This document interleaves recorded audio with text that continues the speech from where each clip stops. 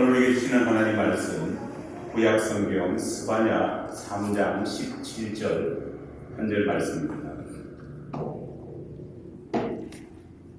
구약성경 스바냐서 3장 17절 한 절 말씀입니다. 주신 하나님 말씀 제가 봉독해 올리겠습니다. 너의 하나님 여호와가 너의 가운데 계시니 그는 구원을 베푸실 전능자시라. 그가 너로 말미암아 기쁨을 이기지 못하시며 너를 잠잠히 사랑하시며 너로 말미암아 즐거이 부르며 기뻐하시리라 하리라. 아멘. 자리에 앉으시기 바랍니다.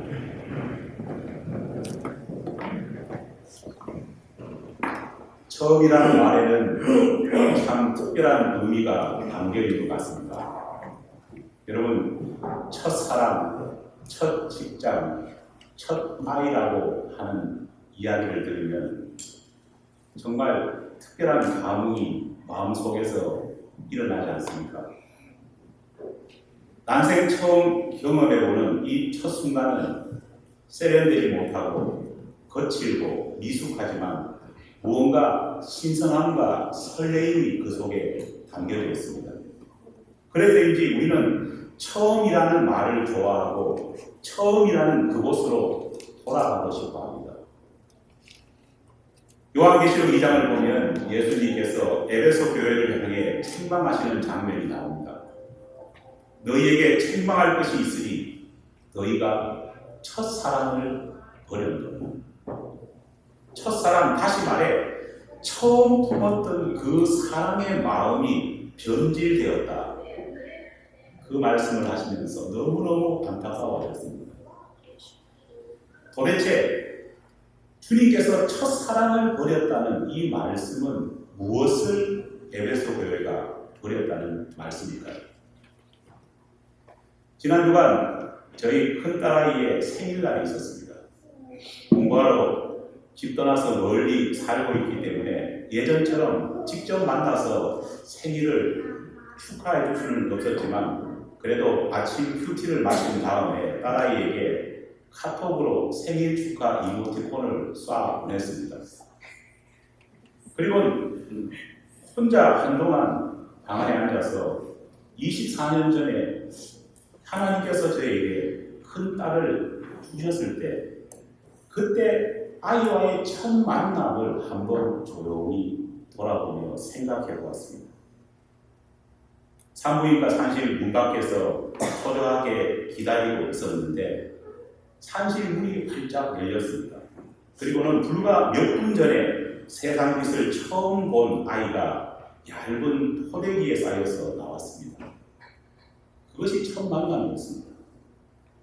간호사가 저에게 건네준 그 아이를 두 팔로 꼭 안으면서 저는 어른분들이 핏덩이라는 말을 하시는데 핏덩이가 뭔지에 대해서 비로소 알게 되었습니다. 아직 붉은 핏기가 채 가시지도 않은 몸을 갖고 아무것도 걸치지 않은 맨몸으로 아이는 제 품에 안겼습니다. 그런 아이를 보면서 제가 든 생각이 뭐냐, 내가 이제 아빠가 되었구나 라는 생각을 하게 되었습니다. 그 생각을 하니까 밀려오는 책임감 때문에 정신이 혼미해졌습니다. 동시에 그 핏덩을 바라보면서 내 새끼구나 이런 생각이 들어서 사랑의 마음이 올라오기 시작했습니다. 첫 딸과의 첫 사랑은 그렇게 시작되었습니다. 누가 사랑이 무엇인지, 동성애가 무엇인지 가르쳐 주지도 않았음에도 불구하고 자연스럽게 저의 마음에는 사랑으로 가득 찼습니다. 벌거벗은 핏덩이가 저에게 무엇을 해주었기 때문에 제가 그 아이에게 사랑을 느낀 것은 결코 아닙니다. 무언가 나에게 큰 이익을 안겨다 주었기 때문에 그런 사랑과 감사를 느꼈던 것도 아닙니다. 정말 아이는 아무것도 해준 것이 없습니다. 저에게 해준 것이라고는 아무것도 없고 오히려 앞으로 내가 해줘야 될 것만 산더미처럼 쌓여 있었습니다. 냉철하게 말하면 아빠라는 부담감만 안겨다 주었습니다. 하지만 그럼에도 불구하고 그냥 내 새끼라고 하는 그 존재 가치만 해도 저는 한없이 기뻤고 한없이 사랑스러웠습니다. 말로 나올 수 없는 감사가 터져나왔습니다. 여러분, 첫사랑이라는 것은 바로 이런 것입니다. 진정한 감사라는 것은요, 바로 이렇게 나오는 감사가 진정한 감사입니다. 그냥 내 앞에, 내 곁에 존재하는 그 자체만으로 사랑과 감사가 터져나오는 것이 그게 진짜적입니다. 안타깝게도 우린 이런 사랑, 이런 감사를 어느 순간 점점 잃어버리고 있습니다.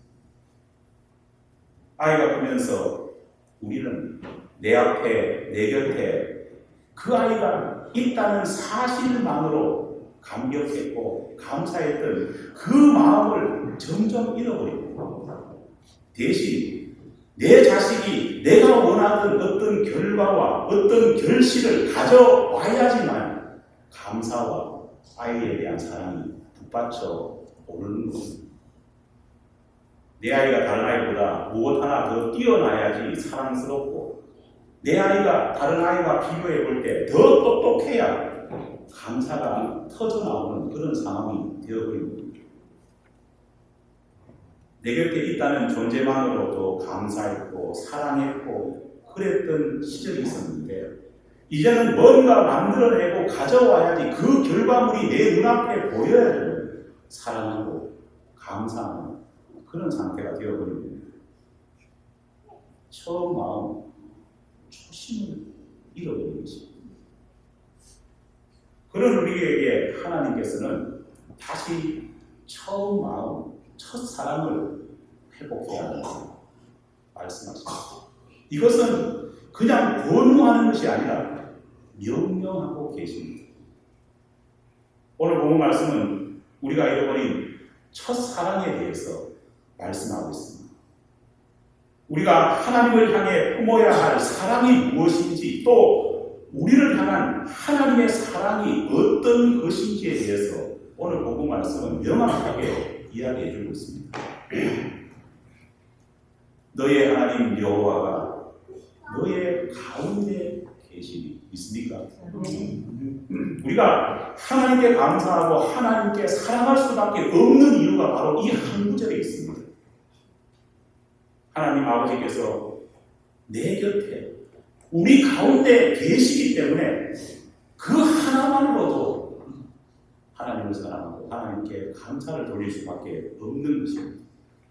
이것은 아주 원초적인 사랑이고 원초적인 감사입니다. 이 사랑과 이 감사에는 어떤 군더더기가 붙을 수 없습니다. 우리는 세속에 너무 많이 오염되어 있다 보니 자꾸만 하나님께서 나에게 우리 공동체에게 어떤 이익을 주고 어떤 플러스를 주실 때만 감사하고 그렇게 해야지만이 사랑의 마음을 느낍니다. 하지만 성경은 우리의 감사와 우리의 사랑이 그렇게 변질되어서는 안 된다 명확하게 이야기하십니다. 우리가 여호와 하나님을 사랑하고 감사하는 이유는 하나님께서 그저 우리 가운데 우리 안에 존재해 계시는 그 자체만으로도 우리는 감사할 수밖에 없고 하나님을 사랑할 수밖에 없는 것입니다. 그것만으로 부족합니다. 17년 전 우리 교회가 세워질 때 여러분 모습을 한번 생각해 보시기 바랍니다.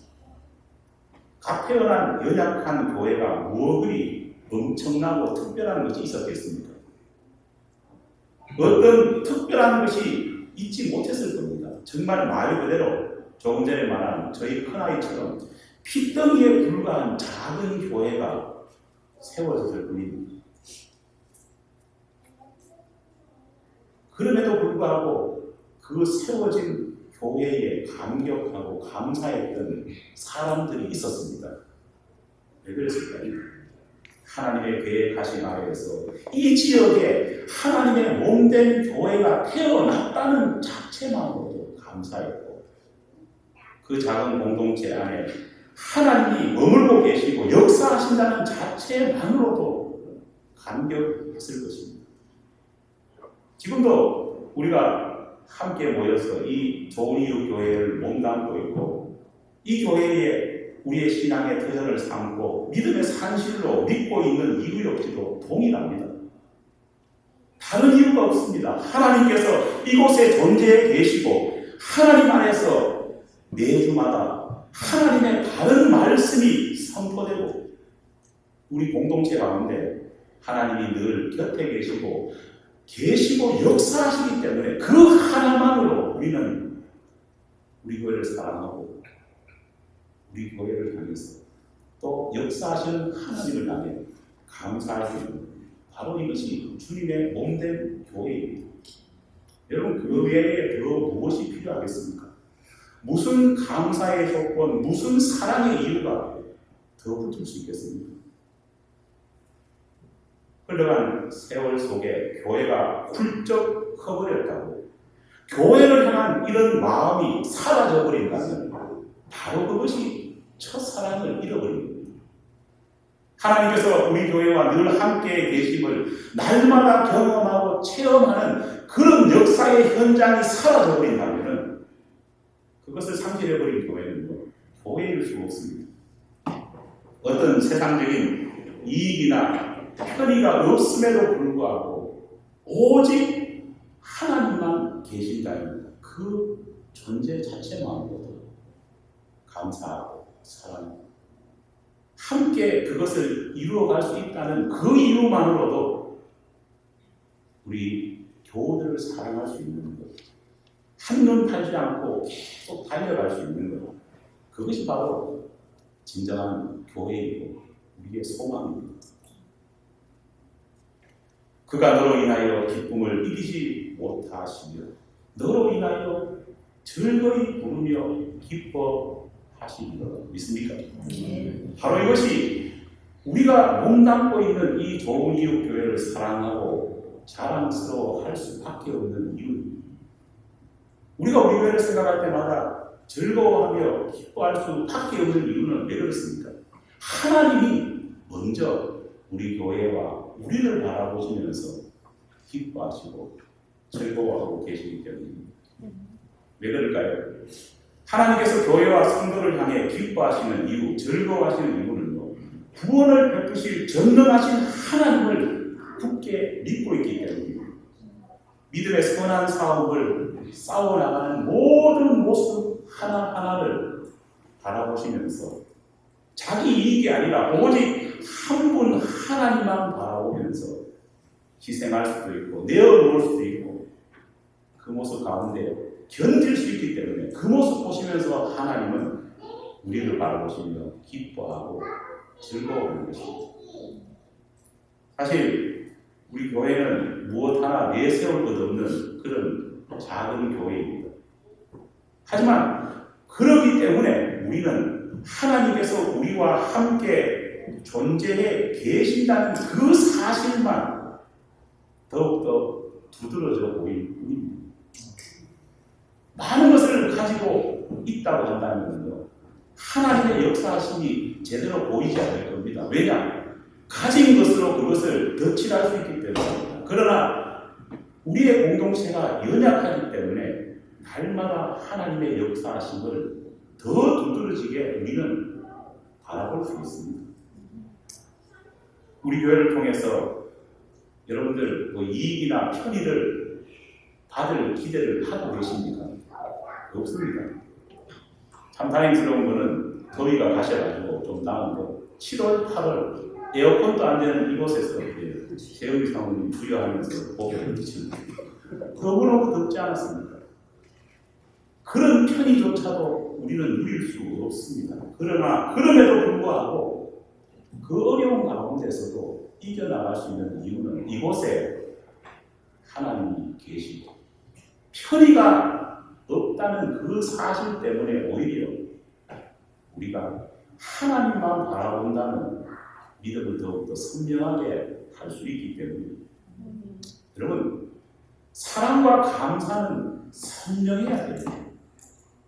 조건과 이유를 자꾸 붙여버리면요. 사랑의 어떤 조건, 감사의 어떤 조건을 붙여버리면 사랑과 감사가 불투명해집니다.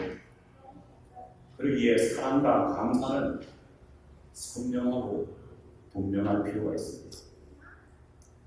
창립 17주년 하나님께서 지금 우리와 함께 계시고 우리의 신앙을 담을 어머니의 자궁 같은 이 좋은 이웃 교회가 존재하고 있다는 그 자체만으로도 여러분 우리는 하나님께 감사하고 하나님 앞에 우리의 사랑을 완전히 돌려드려야 할 줄 믿습니다.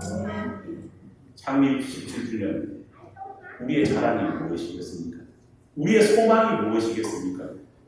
여전히 우리 교회에는 이런 처음 사랑, 원초적인 사랑, 원초적인 감사가 매일매일 순간순간 우리에게 보여지고 우리에게 느껴지기 때문입니다. 오늘 정거수 장로님 장로 추대 예식이 또 2부 순서를 열립니다. 장로님을 향한 권면도 동일합니다. 장로님이 처음 주님을 만났을 때 그 순간을 생각하셨으면 좋겠습니다.